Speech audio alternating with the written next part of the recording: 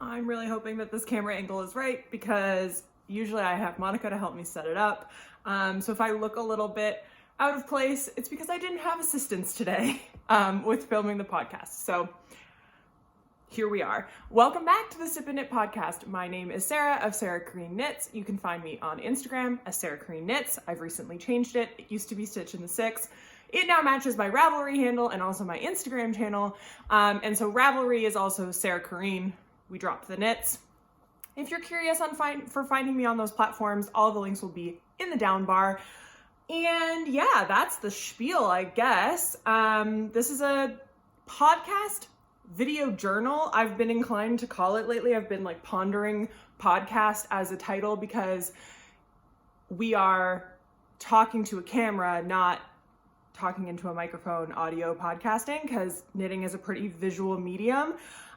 So video journal podcast diary. Here we are. It is the Sip and Knit podcast. And so for that reason, I am going to tell you what I am drinking. Today I have, in my very fancy glass that I usually have an old fashioned in, an iced coffee. We have an espresso machine.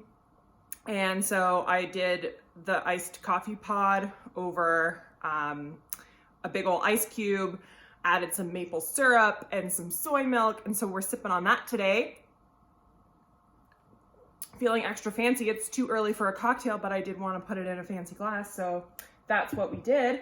And without further ado, let's get into it. I have a lot to talk about today. I'm a little bit more high energy than last time around because I'm not so holidayed out. I feel much more myself. I feel much more ready to get into it. I'm even considering filming a bonus episode. So like, we're really going for it today. So thank you for joining me. If you're new here, welcome to the party. If you're returning, thank you so much. There's not very many of you, but like I am enjoying myself and that's what matters. I've said it from the beginning, if 3 people watch it and that's all, I'm happy. So if you're one of those 3 people, thank you so much. And leave a comment down below. Tell me what you are sipping and knitting on while watching, because I have a lot to talk about. So you're gonna wanna grab your knitting, maybe even a snack. Let's jump into it, shall we?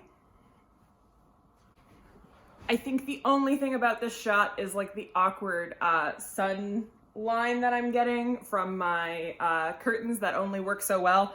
So if that's the only problem we're gonna have today, then I think we're rolling pretty well. Okay, so let's get started. Usually I start with what I'm wearing, and so I'm gonna do that. I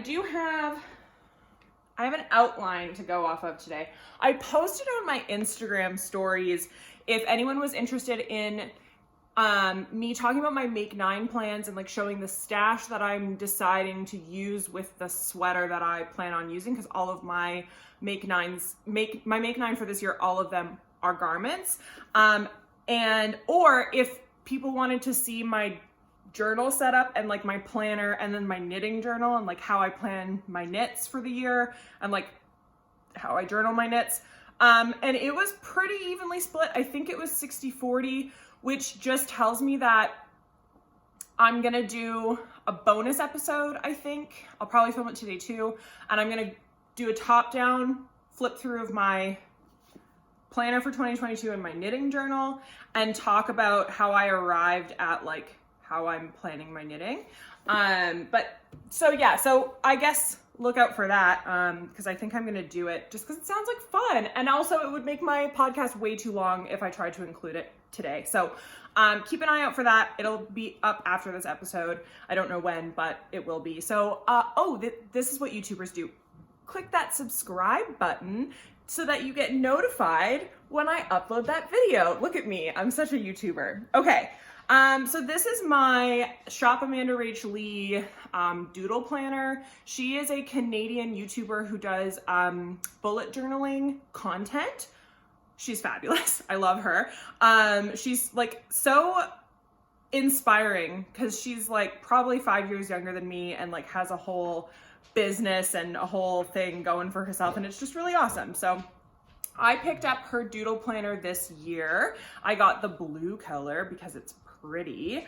And what I am going to do is use my outline in here. I have a little bit of a podcast like outline that I'm gonna work off of. So if I'm looking at my notes, That's why. That was probably an overly long explanation for why I'm opening my notebook, but welcome to the inside of my brain. That's kind of what this is.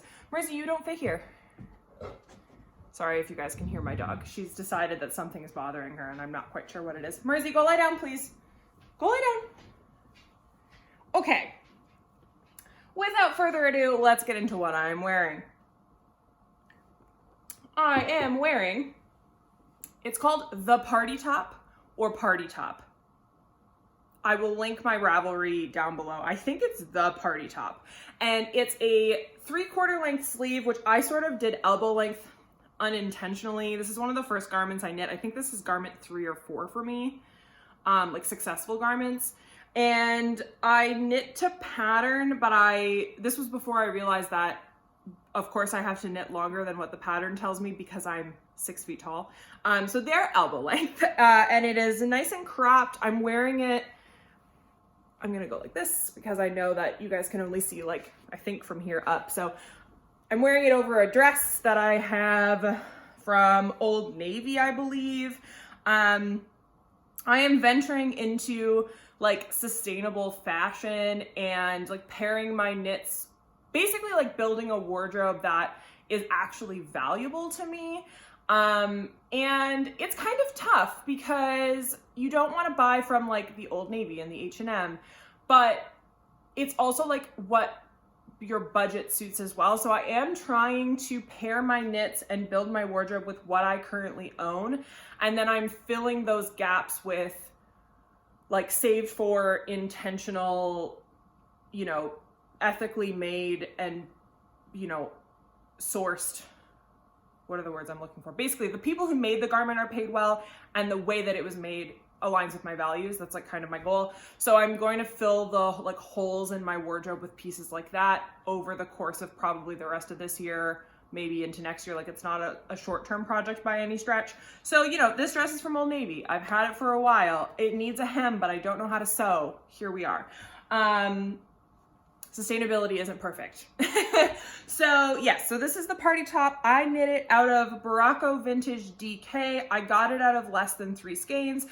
If I were to go back and add length to the sleeves, I would still be within 3 skeins because I have like a good half of a skein left of the 3rd. And this is in their deep sea color.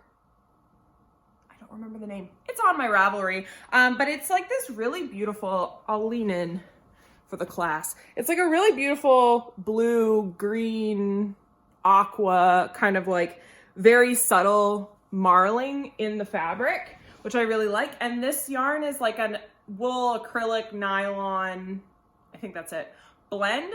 And so it is superwash. It's warm. It's a little scratchy, and I actually think that that's the acrylic content and not the wool content, because when I wear this sweater and my Cozy Classic Raglan, that's also made out of acrylic, I find them to be slightly itchy, but then when I wear my wool garments, I don't. So I'm not sure what that's about. I'm not trying to say that acrylic is scratchy and whatever, like, please don't read into it. It's just sort of a realization that I have had wearing the garments that I've made. This was, yeah, like I say, I knitted it in 2021. Yeah, I knitted it in 2021. It was a fairly speedy garment. I remember going through the yoke and thinking, well, that was easy. So, you know, if you're looking for a fairly simple knit, I would say that this qualifies. The only thing is you have to be mindful of the eyelets. I find that the way that it's written in the pattern, it's not super clear on how to make sure that they stay staggered. So some of my eyelets are right on top of each other rather than staggered, and quite frankly, no one's gonna notice but me, so I haven't gone back to fix it. And it's a really good pattern if you have like the odd 3, 4, 5 skeins of DK weight depending on your size, and you're like, well, it's not enough yardage for like a full sweater or a full cardigan. This is a really great layering piece that you can get, you know, good yardage out of because it is meant to be fitted, or even I think negative ease. So it does lend to maybe your smaller quantities of DK weight yarn if you have that in your yarn collection. So yeah, that is the party top. It is, oh, I don't think I said this. It is by Abby Knits, which is one of the two designers that's a part of Woolen Pine. I think that this is a design that's independent for her, independent of Woolen Pine. Yeah, I'm like 90% sure that it's an Abby Knits, not Woolen Pine design. I don't really know that there's a difference because obviously like the Woolen Pine designs are really well written from what I've heard from folks, and this was well written as well, so I have to imagine that that's the case. The only thing I didn't like about the pattern was there was no schematic, and so I didn't know based on the bust size that I chose what the bicep size was going to be, and I know just from like even just shopping regular clothing that that's a problem for me. Like sometimes something will fit me in my chest, but it will not fit me in my arms. I think, proportionate arms to my body. I don't know what that means, but like, I don't think that they're smaller or bigger than average. Everybody is different. Anyway, the point I'm trying to make is without a schematic, I was a little bit nervous. And so I had to like go into the pattern and think, okay, how many stitches are going to be in the sleeve? How many inches is that for the gauge? There was a little bit of math involved. Marina from the Marina Skew podcast helped me out. It was a great time. So yeah, I think I'm done talking about this sweater now. Oh my goodness, I'm so sorry that took forever. Next, we're going to talk about finished objects. So let's get those out and let's get talking about finished objects. I only have 2 for today, so we'll speed right through it. Okay, finished objects. Let's do it to it. Oh yeah, my hair was probably covering. This is what the top of the sweater looks like. It's a raglan. That's it. Nothing special, promise. Okay, so last time we were having a chat, I was a sock and a bit through my Christmas socks. 1 sock through. I don't remember. I was somewhere through this object. So these are, I should say, because there's 2 of them. These are my finished Christmas socks. So the main color is Area 51 fibers. They're a Canadian dyer in Middle Canada, Saskatchewan, I believe. And this is her color Yuletide Cheer. Over November, my partner and I sort of picked through quite a few colors. We maybe bought 4 skeins. Technically it was 2 for me and 2 for her, but now it's 1 for me and 3 for her because 1 just suits her better. So they're up on my yarn wall. You can't really see them, but yeah, you will see more Area 51 fibers in our future. I am obsessed with this colorway and all the other ones are going to knit up so well. It's so beautiful. So this is my Yuletide Cheer sock. The heel is knit out of Knit Picks Stroll and held together with a Atlantic Yarns, I always forget the name, Atlantic Yarns mohair in the color Clover. So the reason I did that was the white was like a little too plain, and then I remembered that I had this mohair, and so I figured, well, I'll hold it together and do like a nice fuzzy cushy heel. And I just find that the teal in that, like the aqua teal, just looks really fabulous with the self-striping. So I was really happy about that. If you're curious, I did a 68 stitch sock on US 1 2.25 millimeter needles, I do believe. I started them cuff down with a German twisted cast on 2x2 ribbing. I tend to follow the stripes when I'm working with self-striping yarn. So I knit 2 repeats plus a stripe because I wanted, originally I was going to do pink contrast. If you watched the last episode, you know, but I was originally going to do a pink contrast, so I didn't want it to be next to the pink. So that's why I ended up stopping it at the green for no other reason other than my original contrast color I didn't want next to the pink. So yeah, and then I just knit until it fit me. And then I knit the same toe I always knit, which is decrease, knit, slip, slip, knit, knit 2 together every other round. until 20 stitches on the needles, and then every round, and then Kitchener to close at 10 stitches on each needle. That is my preferred toe. So yeah, these are awesome. I've already been wearing them, so if you're seeing like some hairs flying off, that's why. I did block them and wash them for you, so that they were a little more acceptable to show the YouTubes. But yeah, this is my finished Christmas sock and my first finished object of 2022. I finished these on January 1st. Very exciting stuff.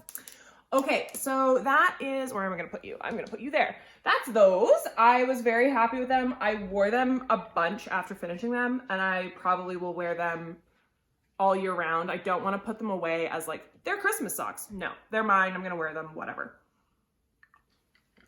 Hello, Mersey. My dog is like behind our couch staring at me through like a gap between the wall and the couch. Hi, do you want to come or do you want to stay? Were you just eating cat litter? What's going on? Mersey, go lie down, please. Does your dog sometimes nose through the cat's litter box? It's disgusting. We discourage the habit, trust me. Okay, I'm pulling out my notions pouch because I wove in the ends but left the tails dangling so that they would settle upon blocking. So I'm just gonna snip these while chatting. I learned a thing on the internet that when you weave in your ends, you should leave the tails until after you're done blocking the garment so that they can settle into where they're gonna settle into. And then when you snip the strings, they shouldn't poke back through on the right side. Now, with a shawl, that matters a little bit less. And frankly, if an end is gonna pop through into the right side of my work, like that's not the end of the world to me. That is an easy fix. So it's not like I particularly care, but I was like, I'm weaving in the ends. I don't want to get up to get my scissors, so I might as well try this thing, see if it makes any difference. Really, it was because I didn't want to get up to get my scissors. Let's be very honest with ourselves here. That was fully the reason. Okay, so if you've watched the past 2 episodes, yes, I think 2, maybe 3. I think I actually talked about this in my first episode after my hiatus. So this has been through it with you all for a while now. So this is my Adrift shawl, and I'm gonna hold it up as best that I can for you guys to see kind of the whole thing. And then I'm gonna put it on. So this is my Adrift shawl. You'll notice that it is very is exaggerating, but it is quite shallow and very long. I have a 6 foot, at least 2 wingspan, and I can't, like, my arms are stretched and it's all the way down to my waist. Like it's long, right? So I am very excited about the fact that it's long because I talked about this before, but I like the drape over your shoulder and then have it like lazily, like be very long and drapey. Just, there's something very, I don't know, lovely about that. So I finished it. This took a while, I'm gonna be honest. So let's chat about this for a little bit. So I knit this out of, I love how I said I was gonna put it on, and then I was just like, let me just, we'll do this. So this is Chromatic Yarns merino sock. It's an 85-15, I believe, merino nylon content. The original shawl was knit out of a merino silk. It's a little rich for my blood. Plus I also had this in stash, and so this is where we're at. So I knit this out of 2 skeins of fingering weight 85-15 Chromatic Yarns. The colorway is You're So Sweet, named after the Kenku named Kiri in Critical Role, my favorite NPC ever. Move over, Gilmore. Kiri's the best. So this is my shawl. I'm so happy with it. It took a while to finish. So I knit it in quite literally.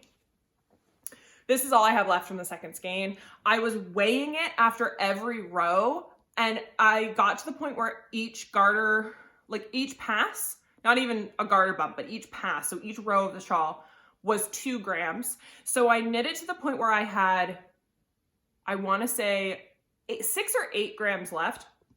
and then I bound off because I wanted to make sure that I wasn't playing yarn chicken with the bind off. And I knew doing Jenny's super stretchy bind off, I believe, I knew I was going to use more yarn than like a regular row, and it was probably only going to be double, so probably only 4 grams. But then I was like, I don't want to play yarn chicken. No, thank you. No. So I cut it at, I think, 8 grams. I didn't weigh this, but I think there's like 3 or 4 grams left. That's fine. This can be a cute little pop on a sock. I have a whole bag of scraps. It's fine. So that's what this is. Two 437 yard skeins. And it is moss stitch and garter with eyelets. So the eyelets break up each of the sections. You can probably see that pretty well with the sun going through it. And yeah, the bottom was a slog. I actually did have to, that's something I should mention with the 2 skeins. Technically, I had to cut it short. I think I am about 8 garter ridges short. So if you wanted to knit like the whole thing out of 2 skeins, check your yardage. My skeins might have been less yardage than Vera's. And then also check your gauge. Gauge swatching for a shawl is something I will probably never do. But I think that maybe I should have gone down to a US 5 instead of using a US 6. But then at the same time, like, it would have been shorter than, I don't know if it would have been worth it. So that's just my 2 cents there. I like the finished object that I got. And quite frankly, cutting it short on garter ridges is not the end of the world. Like, you're literally just knitting garter. This was my morning project for pretty much all of last week. Let me look. I finished this on Saturday the 8th. So like literally every day except for the Thursday of last week, I was knitting the Adrift Shawl. So like every morning I would wake up. I had a later start for my work that week. So I just like knit a row or 2 until it was finally finished, or at least as finished as I was comfortable with the yarn that I had. And I love it. I absolutely love it. Let me actually put it on for you guys so you can see. Yeah, so the Adrift Shawl by Vera Vilamaki is something that I would highly recommend actually as a first shawl pattern because it is extremely simple and it's written extremely well. So like it is literally garter and moss stitch and some eyelets. You know how to knit garter if you're a new knitter. You get your practice in with your knits and purls with the moss stitch, and then you also learn extremely simple lace by way of eyelets. So I think that that's just like the perfect beginner shawl project, in my humble opinion. I would suggest it if like, you know how to knit and purl and you want to make a shawl, this is a good one.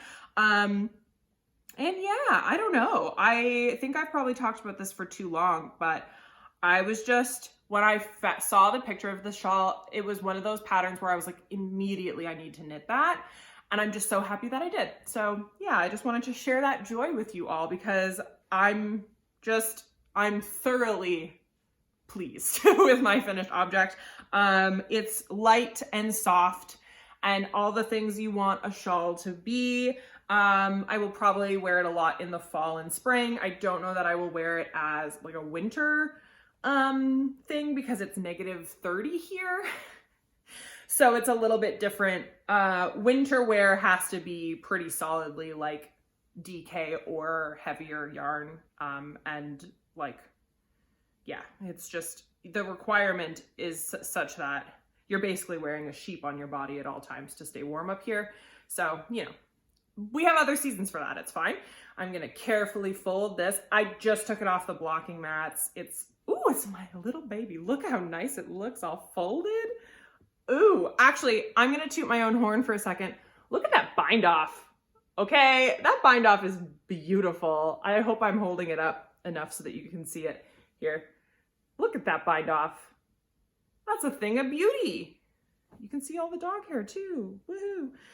Okay, I'm going to place this gingerly on the table. And then we're going to move on to whips. I had a very productive January. I've cast on so many projects. I have so many whips on the needles. I've broken all of my whip rules. But you know what? New year, same me. knitting brings me joy, and if I want to cast on a thing, I'm gonna cast on a thing. So let's talk about that. There was a bit of a hiatus and I heard a huge bang downstairs and I took my phone. So I'm sorry if the shot's a little bit different. Okay. So let's move on, shall we? Let's talk about works in progress. What did I have on the needles last time? I finished 2 of the things I had on my needles last time. Wow. Okay. Yeah, we're working through things. Look at that. Okay. So let me gather the party, if you will. We'll talk about socks first because I have 3 of them. I'm like looking at, anyway, I'm gonna stop being self-critical because it's just knitting and it's fine. I'm allowed to have as many whips as I want to have. Yeah. I say aggressively to myself so that I can stop spiraling. Struggling mentally. You know that TikTok audio? That's how I feel. Okay. Boop, boop, boop. This is my Cozy Toes socks. Woohoo. Okay. So I now have 2 skeins of Briggs & Little in this project bag, and it's like just too much yarn. So let's let this baby out to breathe a little bit, shall we? Okay, so this is the colorway Rosewood on the Briggs & Little Sport base, the Tough Sport base, question mark, because there's nylon in it. Anyway, it's their sport base with nylon. It is a single ply with nylon woolly wool. I'm really excited to block this and see how it like softens up and like see how it interacts. I think I said that last episode too. Like I'm really excited to see how it softens and if it is like soft enough that I would make a garment out of it, because it is so affordable, but it is currently quite scratchy. So we'll see. A little bit of a recap. These are a Judy's Magic cast on toe up to 60 stitches, Fleagle heel, and I'm now on the ribbing. I'm doing an extra long ribbing so that I can do a fold over cuff, and these are meant to be worn as like, I'm calling them Cozy Toes because they're like meant to be worn as house socks. I may or may not write up the pattern for this. I haven't really thought about it because generally speaking, like a toe up Fleagle heel is a pattern that exists, but I'm wondering if like the use of the rustic yarn and the ribbing and like the connotation that they're house socks might make it worth writing up a pattern and putting it out into the world. If you would be interested in test knitting this sock, let me know in the comments below, or send me an Instagram or Ravelry message, and like maybe we'll do that. My goal this year is to write another sock pattern. I wrote one last year. One a year feels fine to me. I'm in no way trying to like make designing a career, but I do like the prospect of like, hey, I came up with this and other people would probably like to knit it too. Let me put it out into the world. So yeah, these are my Cozy Toes socks. They're knit on US 2 or 2.75 millimeter needles. They look like this. I love a Fleagle heel. Mary of Mary Diddle Makes turned me on to the Fleagle heel. She recently started a podcast. I will link it down below for you all. She is a delight. I freaking love her. We play D&D together, and she's just precious and such a good knitter. And she knits a lot of socks, so if you like sock content, definitely. She's branching out into designing. She is also like a really thoughtful human being when it comes to yarn and patterns and yada yada. So just do recommend. So yeah, so these are them. I am knitting a 2x1 rib. So a 2 knit 1 purl rib, so that when they're folded over, you see one knit with like 2 purl bumps. But right now it's 2 knits 1 purl and it kind of looks pretty boring, but I think that once you flip it over, it's quite nice. So yeah, so that's the ribbing on that. I'm thinking that 60 stitches, I'm gonna have to like, after blocking, measure the gauge and see how it fits my foot, because I'm thinking that even 60 stitches for the large size might be big. So we'll play around with that. Yeah, so that's these socks. That's, once again, brings in little, actually, let me just pull out the label so I can tell you what the base is. Durasport. Durasport, that's what it's called. So rosewood and denim is the blue color if you are curious. Briggs & Little is a Canadian mill and yarn supplier who I think they're the oldest in Canada. They've been around since like 1900 something. And yeah, and I got that yarn in Nova Scotia while I was visiting my friendos. And so it is special to me. Okay, so that's those socks that this is gonna be a long episode. I'm in a chatty mood today. Okay, second set of socks are going to be yet another pair of toe-up socks. These are Judy's Magic Cast On to 64 stitches. I'm giving 64 stitches a try because my 68 stitch socks, once I've had them on for like even an hour, they're too big on me. And I've noticed that my partner, when she wears her socks at 72 stitches, she wears them throughout the day and they're like falling off her feet. So I'm going to try a little more negative ease and see if that's a better fit for both of us. So we're going to go for 64 stitches. It also makes for a speedier knit, so we like that. This yarn, I'm so sorry. The Etsy dyer is nowhere to be found on Etsy anymore. And I got this in 2020 for my anniversary with my partner. She got me this yarn. So I've already knit socks out of it and a garment out of this one that I need to frog because it doesn't fit. It was a test knit in 2020 that I think I just measured myself wrong. It was my fault, not the patterns. So yeah, so these are both from a Doctor Who set from an Etsy dyer. If you go on Etsy and you search Doctor Who yarn set or yarn box, you might find it. I don't know what it is, but every time I go to find it again, I can't find it. And I don't have any labels for it. So anyway, I measured out, this is about 52 grams at the start, just under 20 grams at the start. And then this one I think is like just under 30 maybe.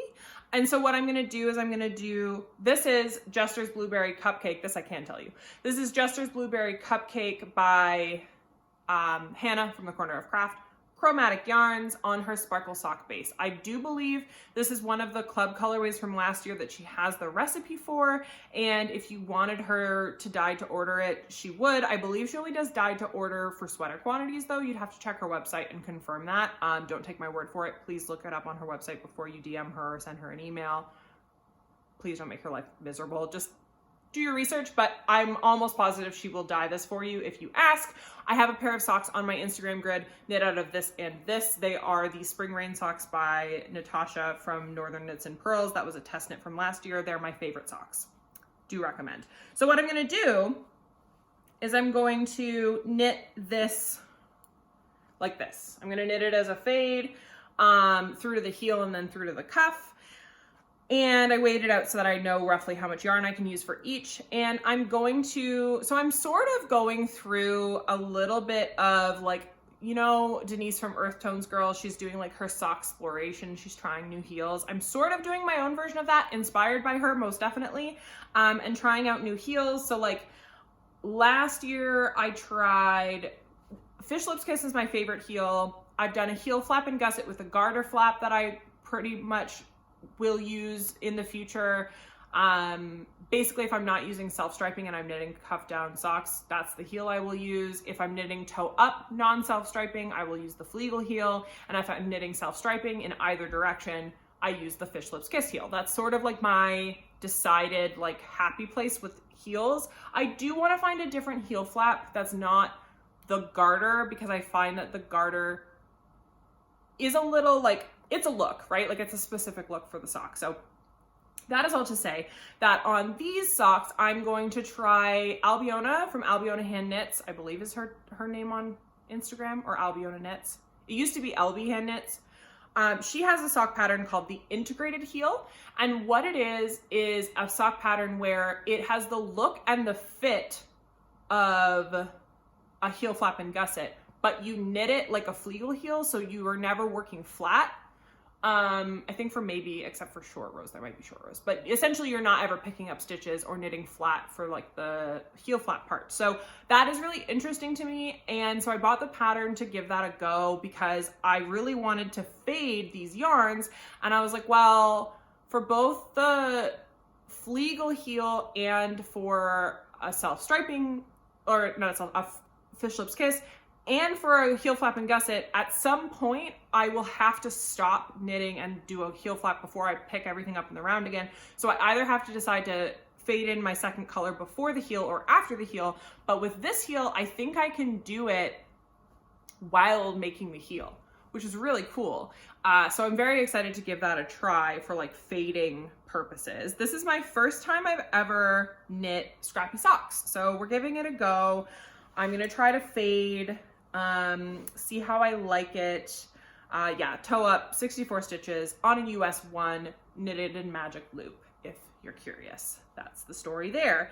In my Northern Knits and Pearls mom made it bag. We love this bag. Okay, the next pair of socks is totally random. I'm going to talk about sweaters next. I promise I have sweaters on the needles. We're talking about sock whips first. Okay. So these are totally random. I cast these on because I'm only halfway through a row. I'm going to talk about how I cast these on and finish this so that I can hold it up properly. I cast these on because I was working a Sunday shift and it was extremely slow. And quite frankly, I was bored. And I had my bag of my fixed circulars downstairs, as well as my, I have a bunch of stash from when I first started knitting that is mostly acrylic yarns, some woolies from Lion Brand, but like mostly acrylic stuff. So I had that sitting there and I was like staring at it and I was looking at my yarns and I was like waiting for a call to come through and no one was calling in to work on a Sunday. So I was like, okay, I'm gonna cast on a sock. So what I did was, this is a worsted, what is this? This is a category 4 medium yarn. I believe that makes it a worsted. And I'm knitting it on a US 3.25 millimeter needle, 44 stitches. I pulled my numbers from the medium size of the free Tin Can Knits rye sock pattern, the one with the garter down the front. Those were the first socks I ever made for my partner. She still wears them. I'm very proud. So I just pulled that number off of that pattern. I am knitting a garter flap. I picked up the stitches. I didn't look at the pattern for the heel. I just basically eyeballed it until it looked like the right length. Did some short rows, decreased, and you know, now we have a heel. My numbers are probably wrong, but they fit my heel fine, so we're moving on with it. And now I'm just knitting the foot. I'm knitting these socks, and this is where I sort of pause. I'm knitting these socks out of Lion Brand jeans yarn, which if you're familiar with the yarn, it is 100% acrylic yarn. This orange is, yes, he's mowing, or not mowing the lawn, it's winter. He's snow blowing. Mersey, no, come on. He's snow blowing. It's okay. He's allowed. Nope. Go lie down. Go lie down, please. She doesn't like the snowblower. It scares her. And I understand, but we need to be able to drive on our driveway. Okay, there we go. This is the color Top Stitch. And this is the color Vintage, the blue. So, okay, here's my story about this yarn. I bought it in 2020. I started knitting August of 2019 and really ramped up my knitting in 2020 because pandemic. And I was looking for a sock pattern. I really wanted, when I first started knitting, I really wanted to knit my partner socks. I was like, this is gonna be such a cool thing that I can do for my partner, is knit her socks. And it is. It's turned into something that I do for her all the time. It's a constant like act of service that I'm providing, and it fulfills me, and it makes her happy because she gets to wear them to work, and it's just like all good things. So when I was first starting knitting, I was looking on YouTube because that's how I learned how to knit, and I came across a video called the camp socks, campfire socks, something to that effect. If I can find the video again, I will put it in the down bar. But it's essentially a step-by-step tutorial on how to knit a pair of socks. And I bought the yarn that person used. The person used one skein of an orange and a blue jeans line brand yarn. And at the time, it didn't even occur to me to check the fiber content of yarn, right? Like I was like, okay, this person has a tutorial online about how to knit socks and it's out of acrylic. Now that I'm saying that, I hope I'm right and I didn't just interpret, ooh, it's blue and orange and I found blue and orange yarn, so I'm gonna buy it. I'm almost positive the video was using this yarn.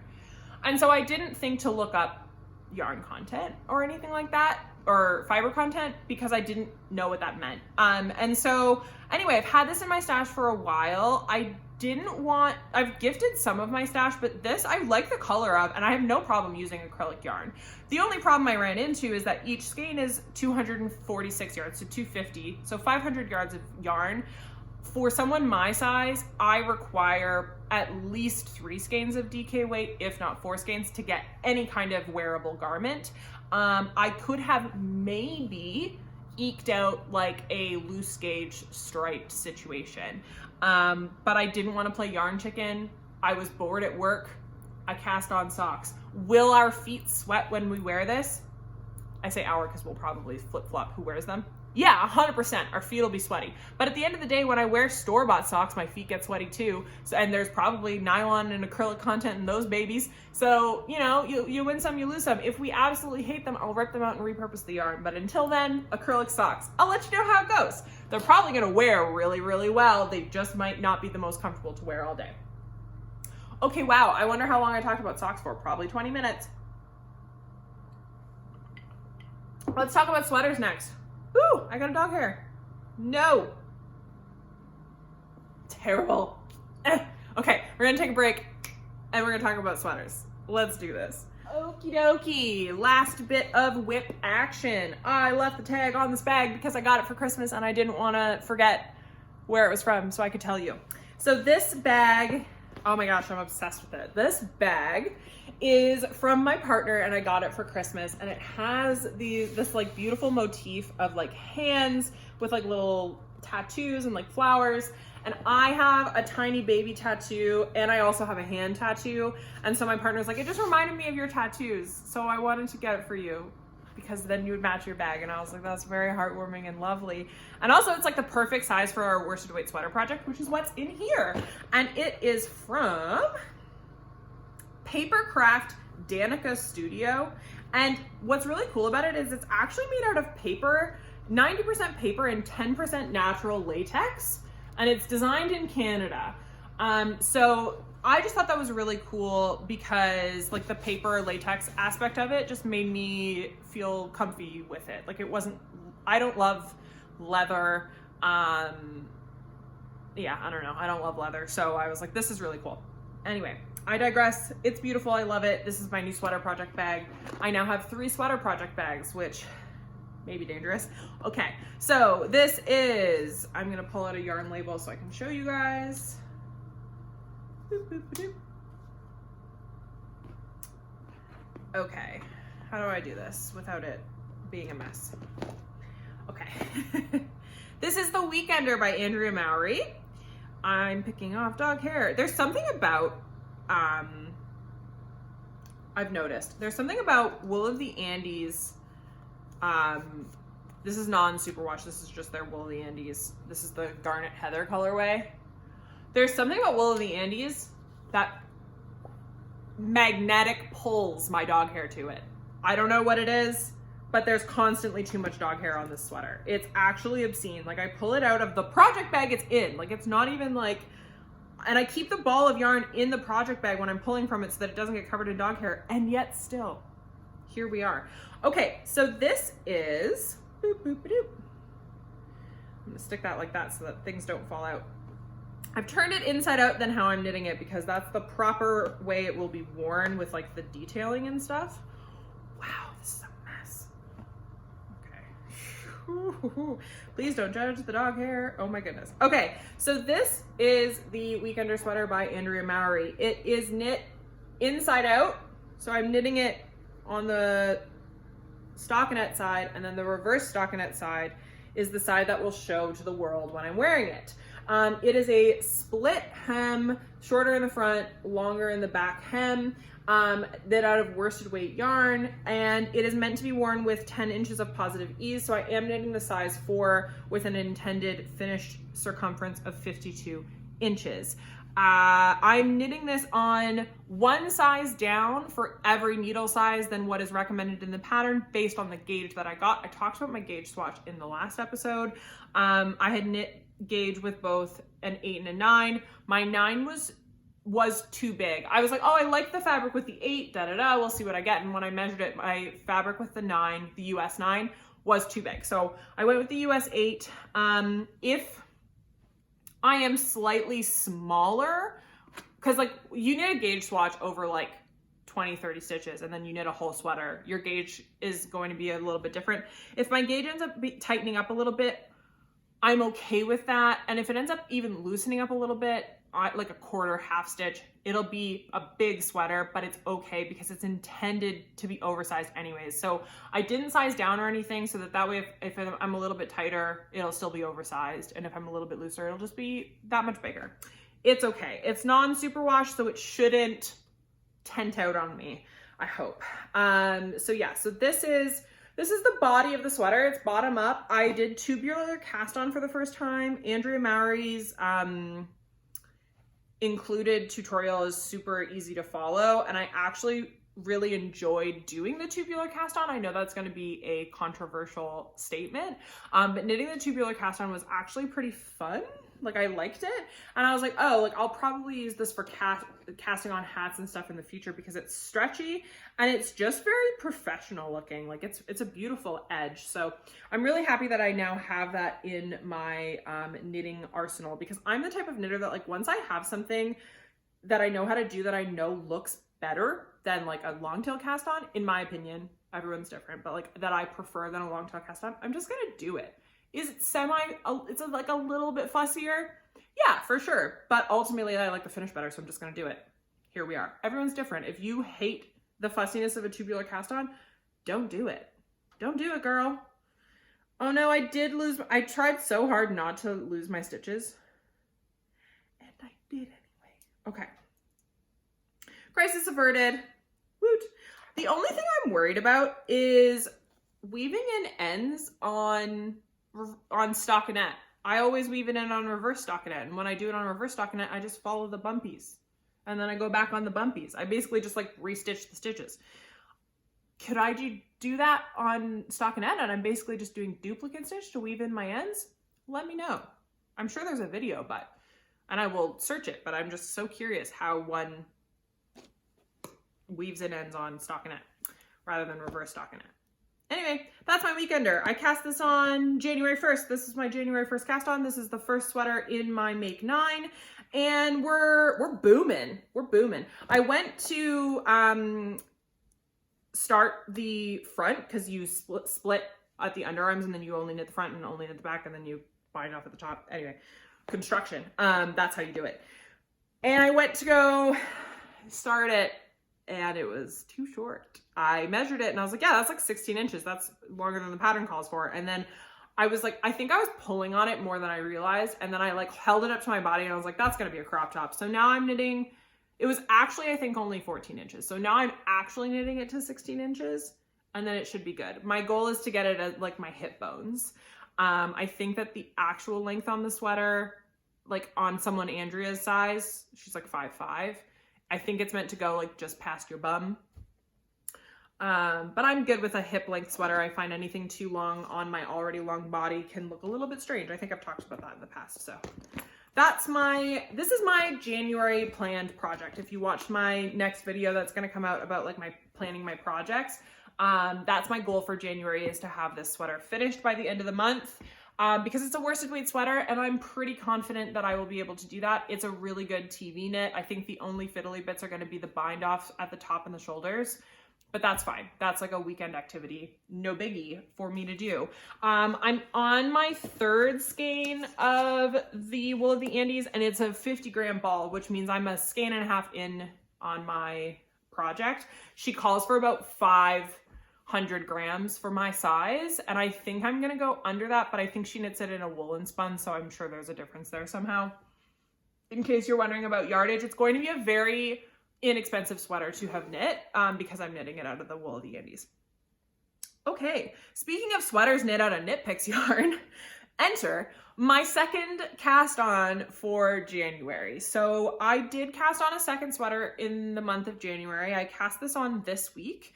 And the reason for that is this is a fingering weight sweater, and it is my goal to have this sweater finished at the end of February. This is my February sweater goal. So because it's my February sweater, I wanted to get it cast on, and I'm going to slowly work through what I'm considering the fiddly bits so that I have just the body and the sleeves to knit on during February, and then I will likely reach my goal. That's kind of my like thought process there. So I'm knitting this out of, and these aren't wound yet because I only wound what I needed to swatch with, and then I will get to these when I need them. But this is Knit Picks Hawthorne fingering weight in Klamath Falls. It's one of their tonal hand painted yarns, which basically just means that it is a one color, but it has subtle variation between a light and dark of that color. So it gives a very nice like depth of tone when you're knitting with it. I knit my elf mail out of a kettle dyed hand painted, it was their fawn, their brown colorway. I liked it, so I bought more of it for this sweater. See how that works. It's also inexpensive and easy to ship to Canada. I really like Knit Picks for like, you know, you need to knit a sweater and you don't want to knit it in hand dyed yarn, then you'd go for Knit Picks. In my opinion, that's kind of my way of thinking. So this is a colorwork sweater, and so my second color is Ice Flow spelled Floe by oh no, I'm forgetting her name. I'm so sorry. She's lovely. She's also from Canada. Oh, this is really gonna bother me. She's Camp Fiber Yarns, and I'm just not remembering her like regular name. Oh no, and I watch her Instagram stories all the time. She's such a delight. Oh no, it's not Lisa. I'm so sorry. Anyway, she's Camp Fiber Yarns. I will link to her store down below. And her Instagram. I highly recommend you follow her on Instagram. She gives you like slice of life story updates about like her kids and the business and like how running a business while you're a mom can be, I can only imagine, very hectic. Oh my gosh, there's deer outside. Okay. Yeah. So anyway, I wanted to support her and I needed a contrast color for this sweater. So I picked up a tweed fingering light blue. I would say this is more of like a medium pale blue than like a true pale blue, but it works for the purposes of this. So yeah, and then this is what the blue looks like caked up if you're curious. I don't know if that makes a difference to anyone. Okie doke. That is all to say. The sweater that I am knitting is and you're not going to be able to see anything special about this right now. I've knit literally 4 or 5 rows of color work and done an increase round. Like, it's not special, but this is the Nordic Nights sweater by Jennifer Steingass. I am obsessed. I'm obsessed with Jennifer Steingass patterns. They are beautiful. I already have the sweater quantity for another Jennifer Steingass sweater that I really want to make. It's her Aurealis sweater, the DK weight one. Chef's kiss. I'm going to do some mohair in the color work. It's going to be beautiful. Probably not this year, but anyway, I digress. I really love Jennifer Steingass's patterns. This is going to be my first ever color work sweater. When I very, very first started knitting, I think in 2020, I attempted a Max the Knitter all over colorwork sweater actually as a test knit, and I failed to test knit it because my hands were killing me, and he was really kind about it, but I still feel very guilty about it. So anyway, that's all to say that the only colorwork I've ever attempted, I failed at it, and so it was a little bit of like a mental block for me. I take better care of my hands now. I'm a more like conscious knitter when it comes to the ambitious projects that I'm going to take on. I'm a different person now than I was then, but I still do feel guilty about it. I'm very sorry, Max. You're not watching this, but anyway, that's how I feel about that.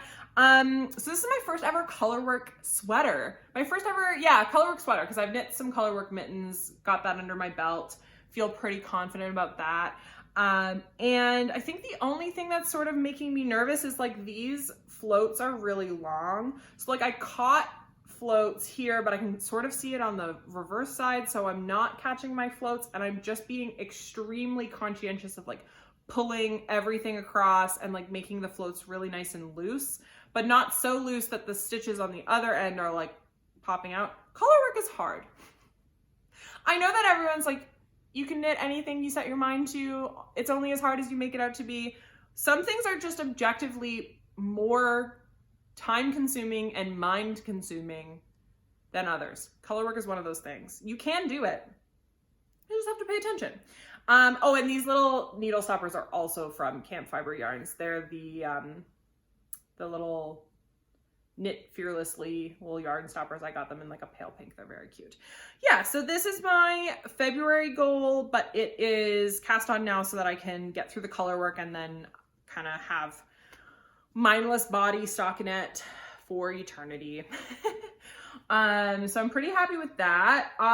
The short rows were German short rows. I know how to knit those, so that was comfy. A new technique in this sweater for me is actually the increases around the yoke. She does it's not a left lifted increase, I don't think, because I did a left lifted increase in my Cozy Classic Raglan, and I don't remember it being the same, but you like slip the stitch and then you pull the stitch from below and knit into that. So it's like 2 stitches coming out of one. It's very clever and nearly invisible, especially in my dark yarn.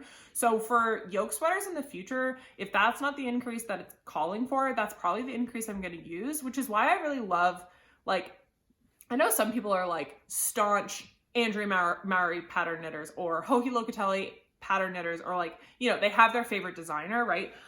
Maybe Jen Steingass is one of them for you. And like, I love just knitting from whoever, whatever the pattern is. If I like the look of the pattern, I'm probably going to buy it. I don't care who wrote it. And if I end up not liking the pattern, that hasn't happened yet, but if I end up not liking it, I'll just know for the future. But I just love seeing what people do, right? Like this is Jen Steingass's preferred invisible increase.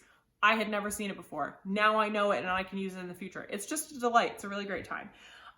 So yeah, I think that's finally everything. I'm going to pause here and come back with a little bit of knitical thinking. I don't have much to talk about this time around, at least not the same way that I did in my last 2 episodes, but I still want to have that segment because it's important to me that that's consistent in my podcasts. So we're going to do that. And then we're going to say goodbye. So yeah, so if you want to stick around for my chatting about how knitting makes me feel segment, that's pretty much what it is, please do. And if you don't want to stick around, no hard feelings. We'll catch you next time. Yeah, so let's get set up. I'm gonna grab a project. We're gonna sit and chat for a bit. Okay, hello. So this is the segment where, yep, I knew that was gonna happen. Come over here. Oh no.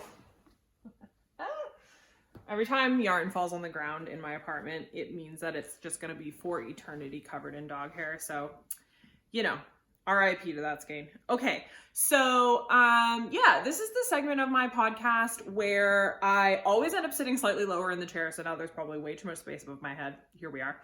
But I just sit and knit and chat about what's been on my mind. We knitical thinking, critical, it's a pun.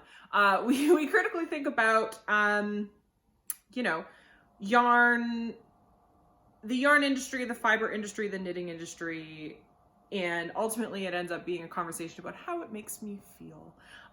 So really, I think the only thing that's come up recently is like setting, what's the word I'm looking for? Setting intentions of like not purchasing yarn, and like if that's really possible, which it is, you just don't buy the yarn, but like if that's even possible for the way that I enjoy this craft. So here's how this came up. I was super pumped about a indie dye mystery club yarn that's like D&D inspired. Anything D&D and yarn tends to immediately, I will spend my dollars on it. I don't really care how expensive it is, sort of a deal. And I had overestimated the availability that the dyer was providing. That was on me. So I had attempted to buy 3 skeins of the color, and I was still within the first minute of the update. Like, it was still 7 o'clock, and I got carjacked and it didn't go through. And so I missed out on the update, and I was super upset about it. I am going to be clear, I was in no way upset with the dyer. The dyer is an angel on this earth and does not deserve to be, like, what's the word I'm looking for? Criticized. She doesn't deserve to be criticized for something that, no, like, that's not what this is. I was just upset because I was excited about the yarn and I wanted it. That's it. We had like chatted after the fact, and I was like, oh my gosh, like, so fast, congratulations. And she was like, yeah, it was crazy. And I was like, I didn't know I could be so bad at like clicking checkout. And she's like, well, I only had this many skeins available, so like it just went way faster than I was expecting. And I was like, oh, I should have been going for 1 and not tried to like update my cart for 3. Like, I should have just clicked buy it now and go, right? And then I had to like really reflect on that. I was reflecting on my reflecting. And I thought, okay, wait, I don't like shopping like that.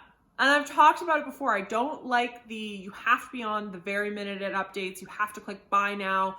You know, if you want more than one thing, you have to get the thing you really want first and then go back and get another order later, and then like email the dyer to see if she'll like combine your order and you only have to pay 1 shipping. Like, no, I don't like shopping that way. And I had like worked it up in my mind that like, oh, it's going to be so special to have these mystery skeins and like blah, blah, blah. And like, yeah, listen, that dyer, I will continue to buy from her. Her yarn is beautiful. I own some now. I will own some in the future. But like, maybe her mystery skein updates are not for me. Maybe I wait for the larger pre-orders where I have an hour, right, before she shuts it down, or whatever the case is. And it's not a limited update. Like, I know this about myself, and yet I still tried to put myself in a position where I was anxious before the update went up. I was upset that I didn't get the yarn. And like, I guess I'm saying this all to say, like, you can be as self-aware as you are, and you can still put yourself in a position to make yourself upset, knowing that that's not how you like to participate in your craft. So anyway, I guess what I'm saying is like, give yourself grace if you've done that to yourself, because yeah, it's hard not to, right? It's hard not to get excited about the new shiny thing. And I was very excited about the new shiny thing, and I missed out on that thing. I will probably try again next month with like much lower expectations. And what I ended up doing instead, which is so silly of me, and I sort of feel silly about it, but I am also still excited, so I'm like looking on the bright side. But I just bought other yarn. And to be very clear, it was yarn to go the Jennifer Gas pattern that I had talked about. I have the contrast color, I have the fingering and the mohair, but I needed a DK, and I've been looking for Kelborn Woolen Scout in their navy blue color because it's beautiful and I really wanted it for that sweater. Like, I had a very clear vision in my mind. Yes, I'm going to be knitting 2 navy blue Jennifer Gas patterns. I look good in blue. Here we are. Excuse me. Ooh, that was gross. Yeah, I'm knitting 2 blue Jen Gas patterns. I don't know what to tell you other than I like blue. So I was like, okay, well, I already had budgeted 3 skeins plus shipping, and a USD conversion is like a solid $150 Canadian. And so I was like, well, I've already set aside this money and I'm not getting the yarn that I wanted, that I had to like shoehorn. Like, I was like, oh, I could knit this pattern out of it. Like, I have a rough idea of what it's going to look like, whatever. And then I like really evaluated, and I thought, okay, not only was I like putting myself in a situation where I was doing a shop update in a way that I personally don't like to shop for yarn, but I was also sort of breaking my own rule, and my rules only exist to keep me sane. I was breaking my own rule of not buying yarn unless I had a pattern in mind for it. So I was actively putting yarn into my stash that I would have no idea what to do with it. And that makes me so uncomfortable. I have one skein of yarn in my stash that I don't know what I'm going to do with it, and I think about it every day, what pattern I could use. Every day I think, oh, I could make a ranunculus, but it might be too short. I could make a ripple bralette, but then I might have leftovers. I could make socks, but it has cashmere in it and feels like a waste to use the cashmere for socks. Like, I am constantly thinking about this, right? So not only was I putting myself in a situation of shopping in a way that I don't like, but I was also putting myself in a situation of like, I could probably use it for this pattern, but you know, what if? So instead I decided to buy my Kelborn woolens, and I also got, is it Knitting for Olive? Merino cotton for a t-shirt that I've had my eye on for a while. And the color was really beautiful. So I bought yarn that I already wanted, that I already know what I'm gonna knit out of, that are in colors that I have loved and will continue to love for years. So if I don't get to it this year, I will for sure get to it next year, sort of a deal. And I'm ultimately happier with my purchase, I think. I don't know, because I'm still missing out on that yarn, and I will probably see people get it and see the photos and be really sad that I missed it. That's inevitable. But I think that ultimately what I did instead was I took money that I had set aside for yarn and I used it on yarn that is more fulfilling for me. And I think I'm proud of myself for that. Originally, I was like judging myself, even moments ago talking about it. I was like, oh, I don't know. I bought yarn, whatever. I think see, this is why I do this. Talking through this is helping. I think I'm actually proud of myself for going, okay, in the moment it was heated. It's like, well, I've already decided I'm buying yarn, so fuck it. I'm just gonna buy yarn in this yarn instead, and at least I still bought yarn. Like, you know, at least I still bought something and made myself happy and whatever. But really, if I think about it, yeah, like I had the money set aside. I wasn't gonna use it for anything else. It was for yarn. I got yarn that I want and I'm excited to use. So ultimately, happy days. I've done the thing that I wanted to do. I missed out on the indie dyed yarn, that's fine. I've also sort of decided, without saying it, that I sort of don't want to knit garments out of indie dyed yarn. I guess I should specify. I don't want to knit garments out of superwash yarn. And most indie dyers dye superwash, not all. I'm not lumping everyone into the same basket. A lot of folks do not. They have non-superwash bases. I will buy those instead. I also think I'm going to tend towards indie dyers who do, you know, dye to order sweater quantities or longer pre-orders and things. That's just how I prefer to shop. But I've sort of decided that I have some hand-dyed stuff that I've knit, and I find that it's very beautiful. I keep saying hand-dyed. That's not what I mean to say. I have superwash stuff that I really like, but I'm just very worried it's gonna pill or it's gonna stretch or it's gonna do all the things that superwash does. I like it for socks. I like it for shawls. But I think for like garments, like this one hasn't pilled too bad. But I have another one that's pilled quite a lot. And I don't know if that's the superwash quality of it or just the merino quality or what the story is there. Actually, now that I think about it, is it that it's superwash or is it that it's merino? Because I think that the garment that I'm talking about is knit out of Tana's Fiber Arts, her like organic merino DK.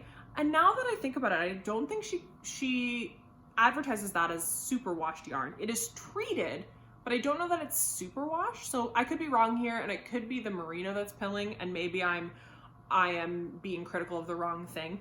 But basically what I'm trying to say is I want to be conscious about the yarns that I purchase for garments, because I want to be making garments that are going to last. And pilling does not always mean not long lasting. You can glean your garments and get rid of the pilling, and for the most part once they've shed what they're going to shed, they kind of stop.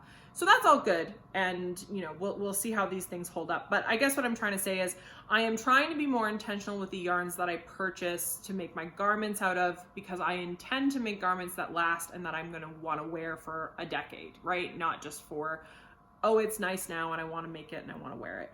And that's sort of the whole reason I even started knitting garments, started this podcast, is like understanding the intentionality behind my knitting my garments, the yarn that I'm buying, etc., etc.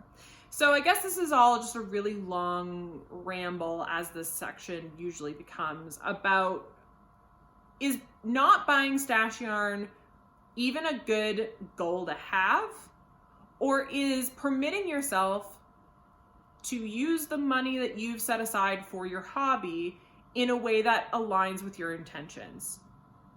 I think that I'm going to start doing that going forward. I'm going to stop being so hard on myself about, you can't buy anything, don't buy anything, don't buy anything. Because ultimately I'm not in a financial position where I have to be super careful. I obviously, did I drop a stitch? I dropped a stitch. Oops. I'm not in a financial position where I cannot buy anything. I used to be, I am not anymore, right? So it's not that I absolutely, how did I do that? I'm gonna need a crochet hook to fix this one.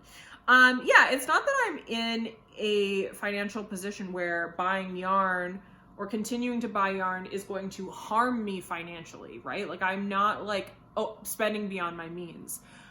What I'm criticizing myself for is like, am I spending money on yarn where I don't need more yarn?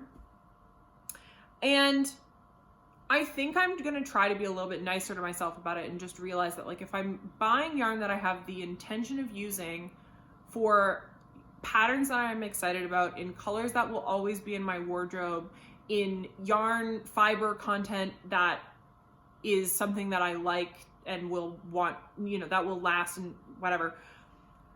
I think that if that is the way that I am buying my yarn, then I need to be a little less critical. I need to be a little less critical. So yeah, so I guess I've come around the long way to sort of end this on the old adage of you're your own worst critic. And if you've bought yarn recently that you maybe were second guessing yourself on, think about the intention behind it and extend grace to yourself. If the intention was to make yourself happy and to have something pretty to look at, that is fine. I don't think that our intentions have to be the same. I just think that as long as you have one, that's good enough for me. And I think it should be good enough for you too. Yeah, so that's it for today. And my knitical think. What else do I usually talk about? I usually talk about the content we've been consuming lately. I'm nearly at the end of the A Court of Thorns and Roses first 3 books. I'm near the end of the 3rd. It's been really great and really like fun. I'm listening to them on Audible, so those have been really great. And I'm looking for other book recommendations, so please leave them down below. I'm going to start listening to, I think, Shadow and Bone next, because we watched the Netflix series and I liked it, so I think I'm going to do that next. But yeah, anything like fantasy, if it sounds like it could have been a D&D game, I want to read that book, so let me know down below. We watched Shadow and Bone. We finished The Witcher. That was really great. 10 out of 10, recommend. Henry Cavill.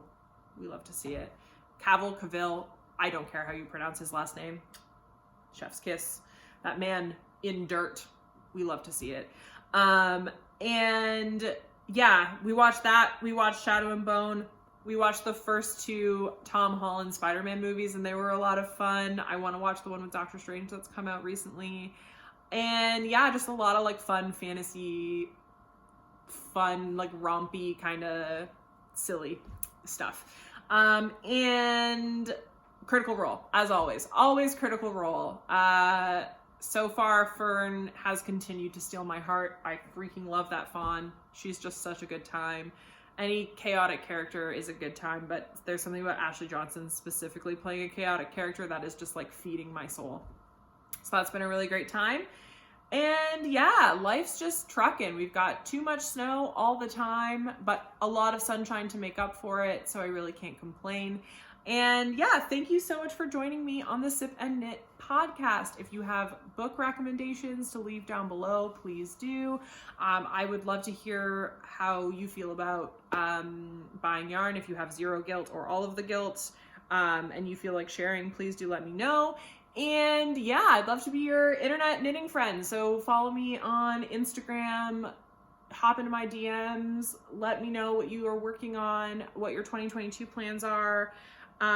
Speaking of which, I'm going to do that video, I think. And yeah, thank you so much for watching and listening to me ramble about my favorite thing in the world. I hope to see you next time. And until then, keep on knitting. We'll see you later.